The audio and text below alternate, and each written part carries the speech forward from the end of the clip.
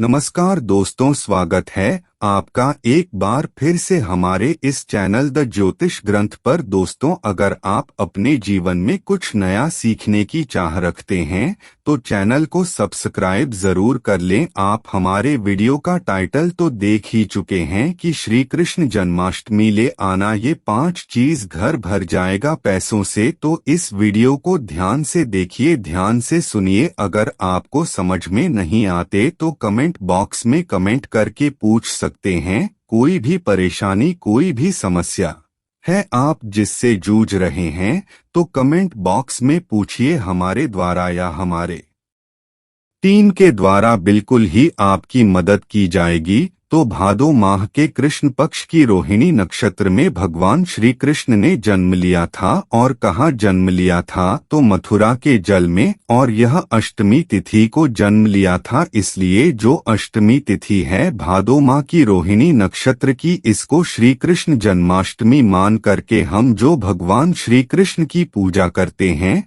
तो इस वर्ष 2023 में कृष्ण जन्माष्टमी को लेकर के बहुत से लोग भ्रमित हैं कि कृष्ण जन्माष्टमी कब मनाएं, 6 या फिर 7 सितंबर को कृष्ण जन्माष्टमी है। तो आपको परेशान नहीं होना है, बोर्ड में जानते हैं। तो दोस्तों, जो 6 सितंबर दोपहर 3:37 में यह भाद्रपद माह के कृष्ण पक्ष की जो है अष्टमी तिथि शुरू होगा। और अष्टमी तिथि की ही हम सब जो है कृष्ण मनाते हैं।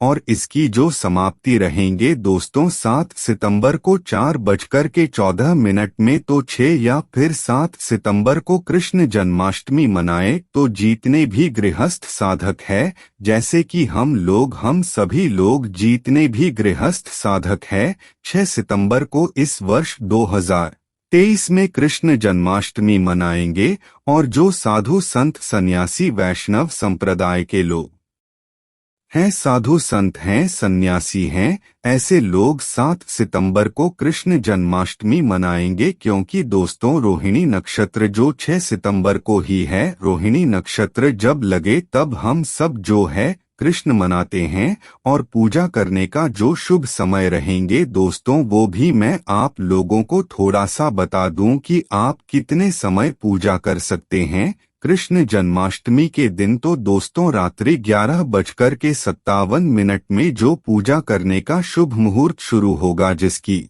समाप्ति तिथि रहेंगे 12:42 अर्थात 46 मिनट का आपको कुल समय रहेंगे। इस समय आप जो पूजा करते हैं भगवान श्री कृष्ण अति शीघ्र प्रसन्न होते हैं। तो ऐसी कौन सी चीज है जिस समय श्री कृष्ण जन्माष्टमी के दिन घर में खरीद करके लाना चाहिए, जिससे हमारे अध्यात्म में उन्नति हो, हमारे घर धन दौलत से परिपूर्ण बने रहे। जिस तरह 13 तिथि को जो धनतेरस तिथि होता है, उस दिन बहुत सारे चीजों को घर में ला करके रखने से हमारे घर में धन दौलत की बरकत होती है। आपने देखा होगा जो धनतेरस है, इस दिन धनिया का बहुत ही ज्यादा महत्व होता है। धनतेरस तिथि के दिन कोई भी व्यक्ति अपने घर में धनिया खरीद करके लाते हैं और उस धनिया का छिड़काव पूरे घर में करते हैं। ये उस धनिया को पूरे घर में छिड़कने के बाद उसे मिट्टी में डाल करके बोल देते हैं।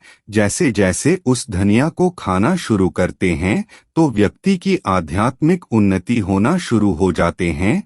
व्यक्ति घर में धन दौलत तेजी से आना शुरू हो जाते हैं। ठीक उसी तरह श्री कृष्ण जन्माष्टमी के दिन भी कुछ ऐसे वस्तु है जिसे घर में ला करके रखा जाता है, घर में ला करके खाए जाते हैं, घर में ला करके भगवान श्री कृष्ण को चढ़ाए जाते हैं।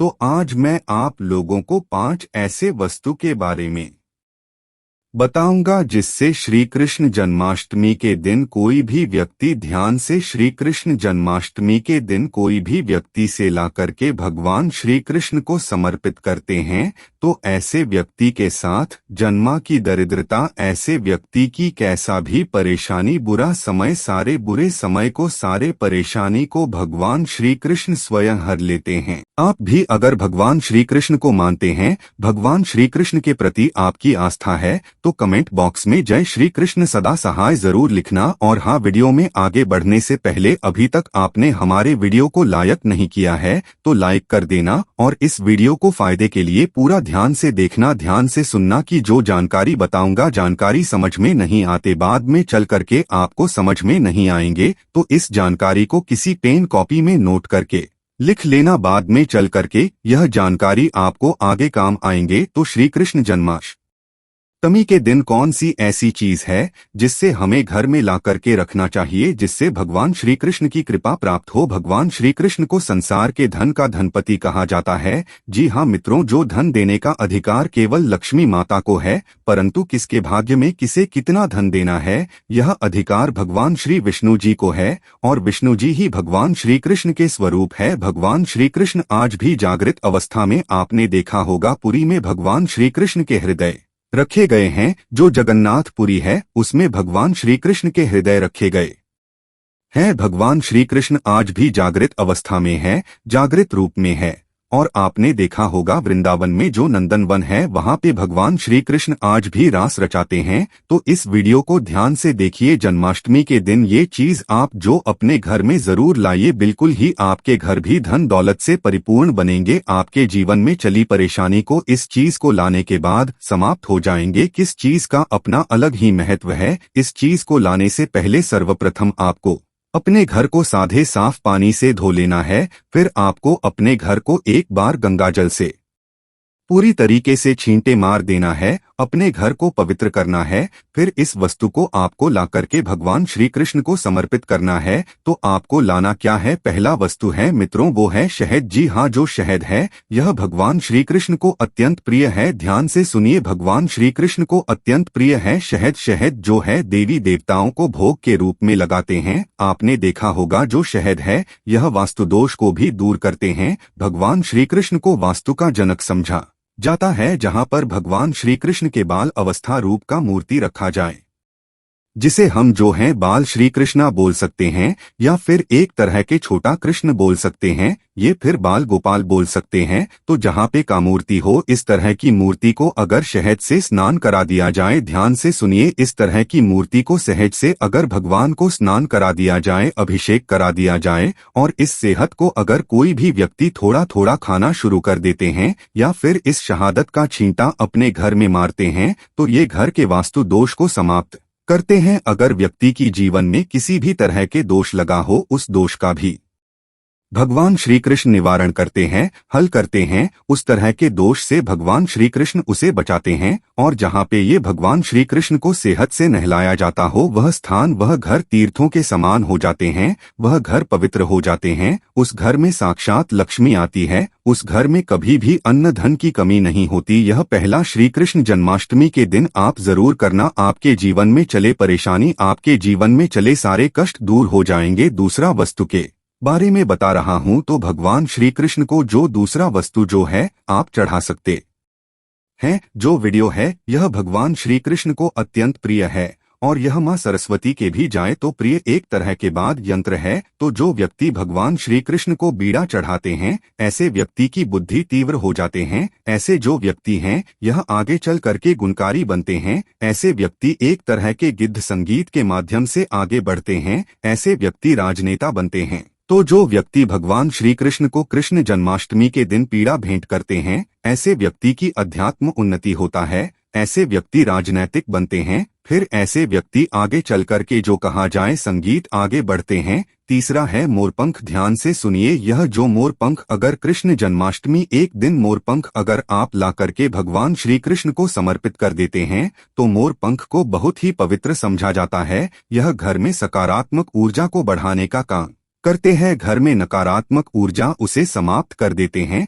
भगवान श्री कृष्ण अपने मुकुट में स्वयं मोर पंख धारण किए हुए हैं, तो एक काम करना, श्री कृष्ण जन्माष्टमी के दिन मोर पंख जरूर खरीद करके लाना, भगवान श्री को समर्पित करना। इस श्री कृष्ण को समर्पित करने के बाद इस मोर पंख को आपको अपनी तिजोरी में रख लेना है, तो यह आपके घर में धन दौलत की बरकत कराएंगे। अगर मोर पंख को सादे पानी से नहला करके अगर इस पानी का छींटा आप घर में मारेंगे तो आपके घर के जितने भी वास्तुदोष है वो समाप्त हो जाएंगे, क्योंकि मोर पंख को वास्तुदोष समाप्त करने वाला कहा जाता है। मोर पंख से जिस घर में मोरपंख का छींटा मारा जाए, यह फिर मोरपंख का पानी का जिस घर में छींटा मारा जाए, स्नान कराया जाए, उस घर में साक्षात लक्ष्मी, उस घर में साक्षात लक्ष्मी आ जाती है। जिस घर में लक्ष्मी आ जाए, जिस घर में भगवान श्री कृष्ण का छोटा सा बाल अवस्था मूर्ति रहे, वह घर बिल्कुल ही अन्न धन से भर जाता है। चौथी वस्तु बता रहा हूँ, जैसे श्री कृष्ण जन्माष्टमी के दिन जरूर लाना चाहिए, तो हमारे धर्मशास्त्र में भी बोला जाता है।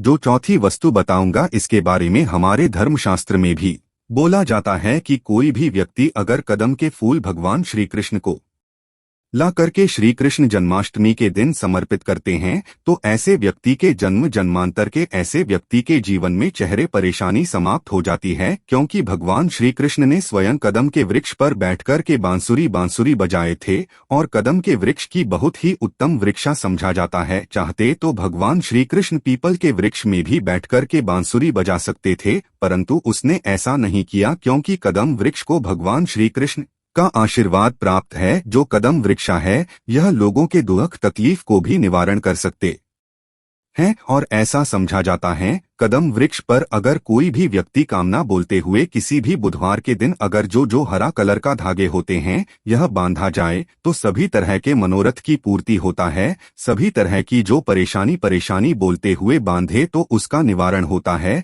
तो कृष्ण जन्माष्टमी के दिन आप भी जो है जरूर कदम का फूल लाए और भगवान श्री कृष्ण को समर्पित कर दीजिए। अंतिम वस्तु के बारे में बता रहा हूँ, ये अंतिम वस्तु नहीं, स्वयं भगवान श्री कृष्ण का ही स्वरूप है। तो आप जो है, अगर आपके घर में बाल गोपाल नहीं है, तो आप जो है कृष्ण जन्माष्टमी भगवान श्री कृष्ण के बाल स्वरूप बाल गोपाल अपने घर में ला करके जरूर स्थापित करें। जहां पर भगवान श्री कृष्ण के बाल स्वरूप रहते हैं, वहां पे समस्त देवी देवता इसके दर्शन करने के लिए आते हैं। आप भगवान श्री कृष्ण के जो बड़े स्वरूप आप जो है बैठाते हैं, उनके दर्शन करने के लिए नहीं आते, परंतु अगर आप भगवान श्री कृष्ण के जो छोटे से बाल स्वरूप अपने घर में रह करके इनका पूजा करते हैं, यह बैठा देते हैं, तो समस्त देवी देवता इनके दर्शन करने के लिए आपके घर में आना शुरू कर देते हैं। आपको दिखाई नहीं देंगे, सुख स्वरूप में आते हैं। तो यह जो भगवान श्री कृष्ण के जो मूर्ति कहे जाने वाले बाल स्वरूप है,